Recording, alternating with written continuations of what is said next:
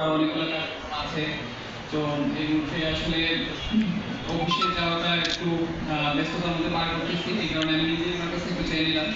তো প্রথমেই আমি ধন্যবাদ জানাচ্ছি গাইবান্ধা জেলা মডেল প্রেস ক্লাবের সভাপতি, সাধারণ সম্পাদক সহ যারা এখানে উপস্থিত আছেন সবাইকে এত সুন্দর আপনাদের একটা অনুষ্ঠান আয়োজনের জন্য।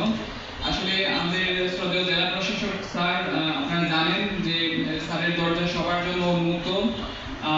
সবাই স্যারের সাথে দেখা করতে পারে, কথা বলতে পারে, নিজেদের কথা বলতে পারে এবং স্যার সাধ্য অনুযায়ী সেটা ওই অনুযায়ী রেসপন্স করেন।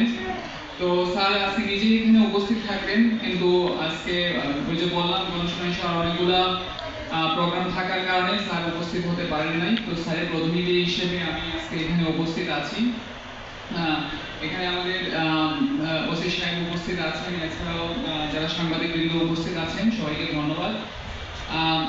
আপনারা সবাই জানেন যে সংবাদ মাধ্যমকে সমাজের দর্পণ বলা হয়, সমাজের দর্পণ বলা হয়, জনগণের কাছে চলে আসে এবং এইটার বিরুদ্ধেও জনমত গঠিত হয়। তো একটা সমাজ ব্যবস্থায় সংবাদ মাধ্যমের ভূমিকা খুবই গুরুত্বপূর্ণ। তো গাইবান্ধা জেলা মডেল প্রেস ক্লাব জেলার